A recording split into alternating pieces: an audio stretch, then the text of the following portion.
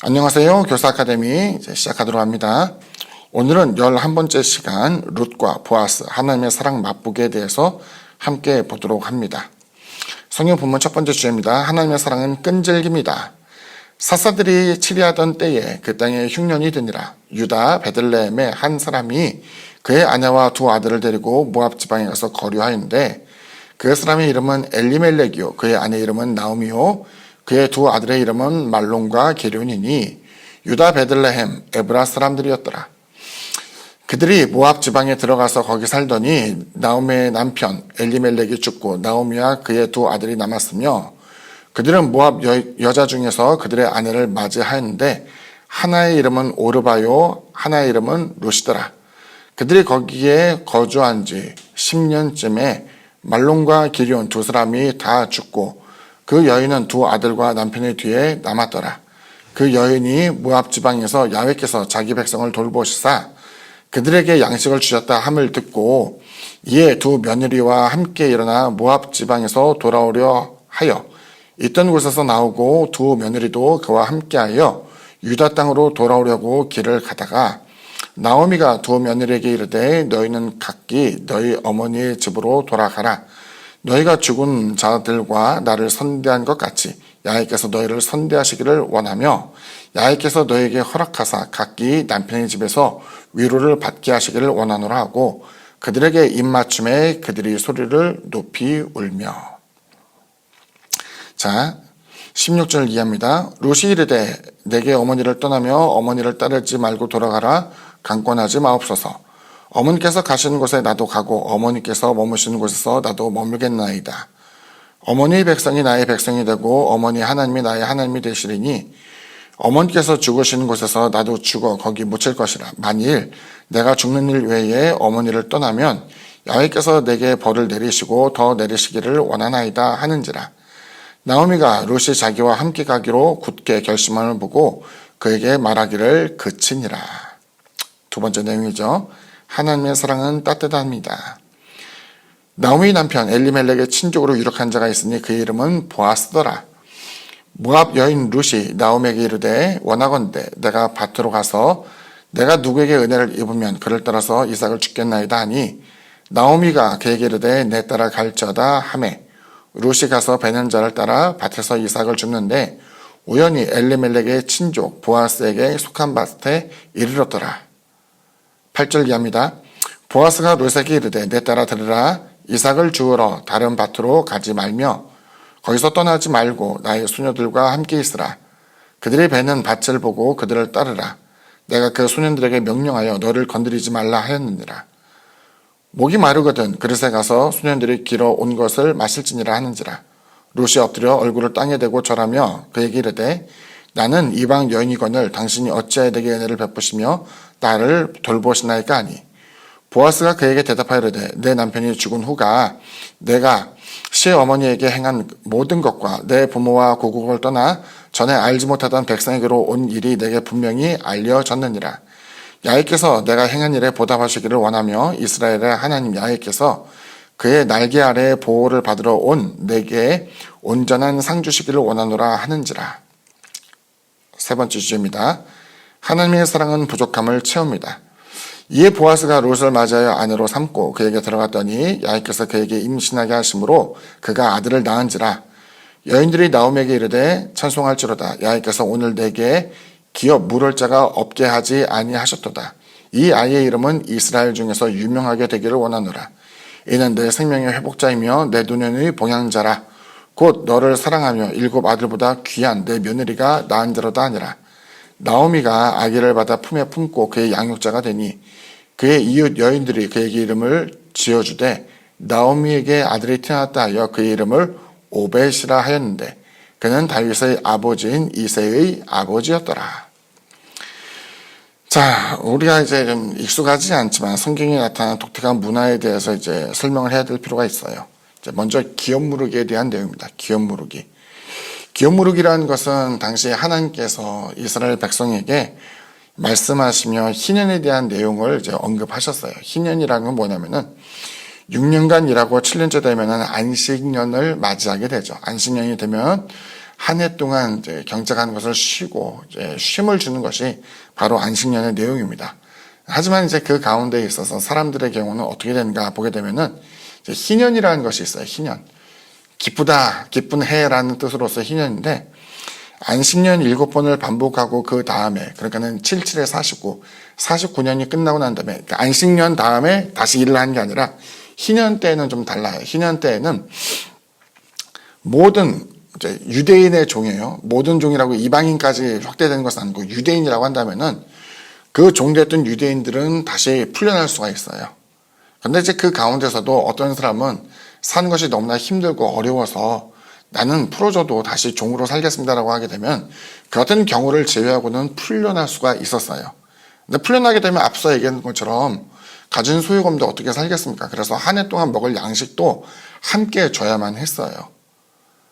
그만큼 이스라엘 사람들에게 있어서 땅 그리고 사람에 대해서는 하나님의 것이라는 의미가 굉장히 강했어요. 그럼 이제 기업무르기에 대한 내용을 보게 되면은 이것은 하나님께서 요단강을 건너 가나안 땅에 들어가게 될 때에 하나님께서 12지파에게 줬던 땅에 대한 내용에서 이것을 기인할 수 있어요. 고대 사회에서는 재산이라는 것은 굉장히 중요했습니다. 그래서 그 어느 정도 가문이 있는데 그 가문에서 후계자를 얻지 못하고 죽게 되는 경우, 하지만 이 경우에 있어서 또다시 다른 사람에게 저당 잡히거나 물건을 빼앗기게 되었을 때에 앞서 얘기했던 희년 때는 다시 돌아올 수 있잖아요. 근데 그거 말고도 다른 안전장치를 만들었는데 그것이 바로 기업 무르기예요. 먼저 그 빚을 내가 떠안을 수 있어요. 친족들에 한해서 그것이 가능했죠. 그 빚을 떠안다는 것은 그 원래 있던 담보물을 다시 취할 수 있다는 것을 이야기하고 담보물을 취하게 되었을 때에 그 주위 친족의 도움으로써 그 어떤 저당 잡힌 것에 대한 대가를 지불하게 되면 이것을 취하여서 그 사람에게 다시 돌려줄 수가 있어요. 그런데 그 경우에 있어서 후계자가 없는 경우가 있을 거 아니에요. 그 경우는 자신의 것으로 할 수도 있었겠죠.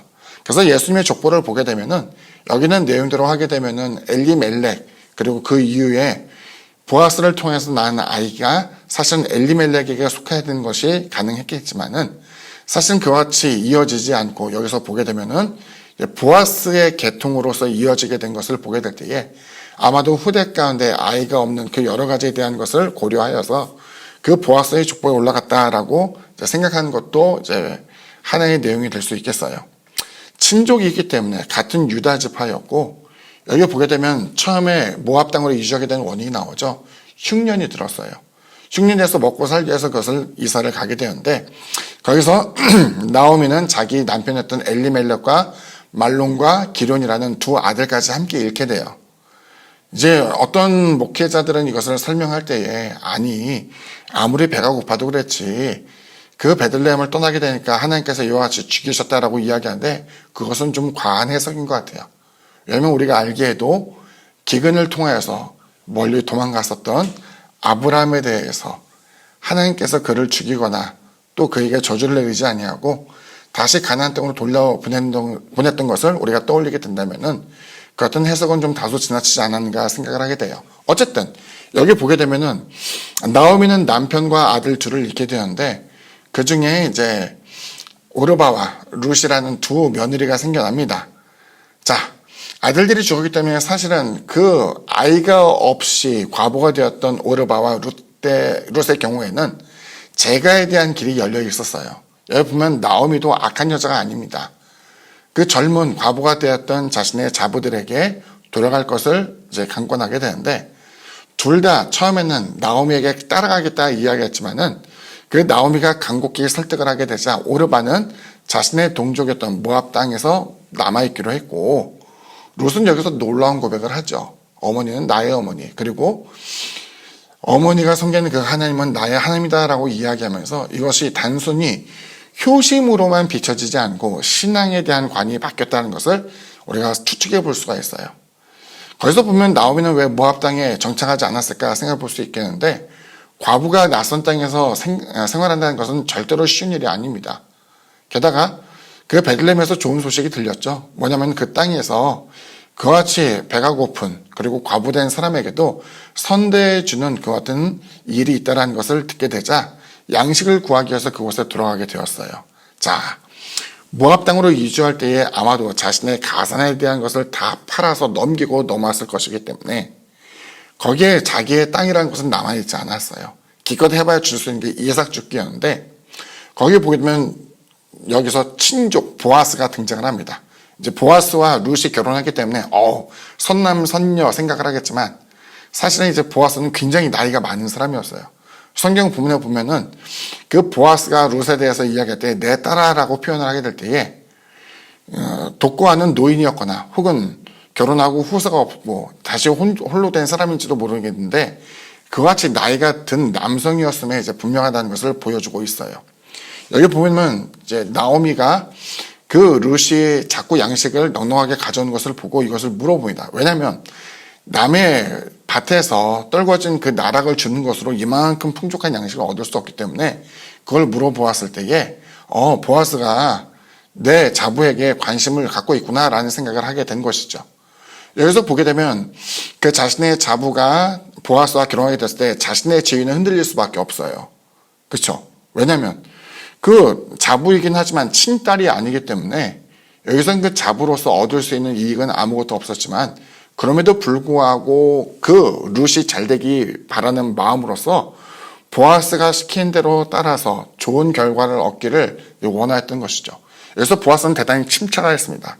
보아스는 그 룻을 자신의 아내로 삼기 이전에 기업 물을 자에 대해서 사람들에게 물어봅니다. 우리의 친족 엘리멜렉에게 그 같은 기업 물을 자가 과연 있겠는가 물어본 것이었죠. 앞서 얘기했던 것처럼 모압 땅으로 이주하게 될 때 베들레헴에 있던 그 땅에 대해서 지분에 대해서 남에게 넘겼을 것이고 그것을 되돌리게 될 때 상당한 값을 지불해야 되며 심지어는 그것을 되돌리게 되었을 때에 이제 나오미의 자부였던 룻이 누구와 결혼할지를 모르잖아요. 타인과 결혼하게 되어서 또 거기서 아이를 낳게 되면은 그 기업 물은 것에 대한 자산을 모두 다 룻에게 빼앗겨야 되기 때문에 그것에 대해서 흔쾌히 나선 사람이 없었어요. 아무도 그와 같은 권리를 주장하지 않게 되자 비로소 보아스는 룻을 데려와서 그 자신의 아내로 삼게 된 것을 이제 보여주고 있었죠.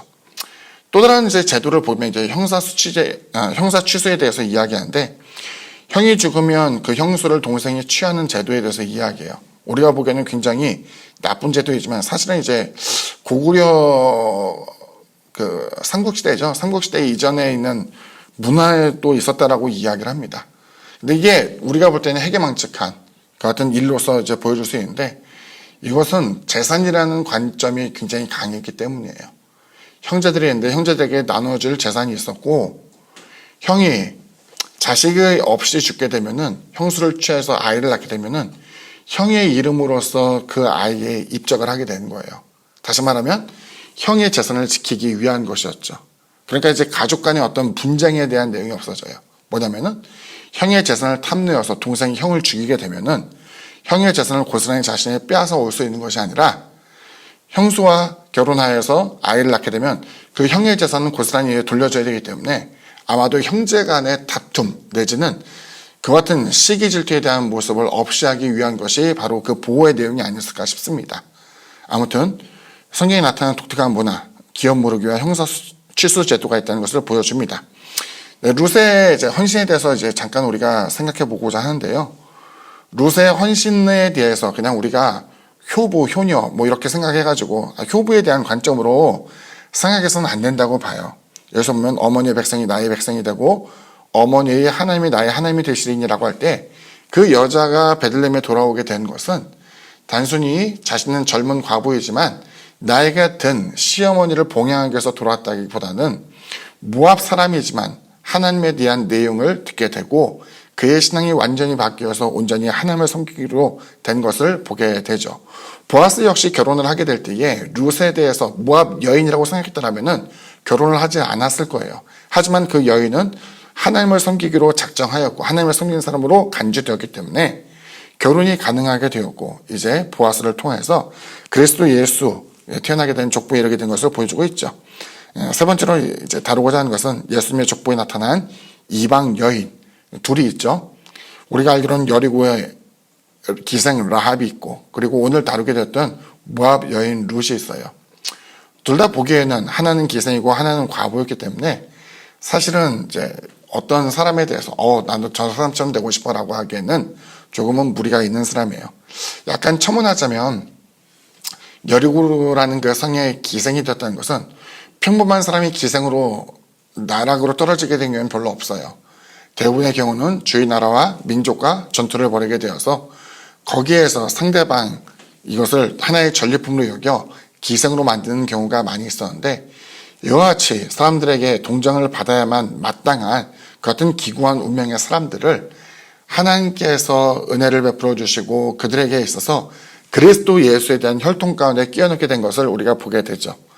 그렇기 때문에 이 같은 여러 모습에서 하나님의 백성, 그리고 하나님께서 세우시는 사람들, 지고지순한 마치 선지자나 예언자 그리고 제사장 같은 핏줄로만 이어지는 것이 아니라는 것을 기억하게 되면서 돌이키고 신앙 안에서 하나님의 은혜 가운데 머물게 될 때에 이와 같은 큰 은총을 입을 수 있다는 것을 기억하기를 바랍니다.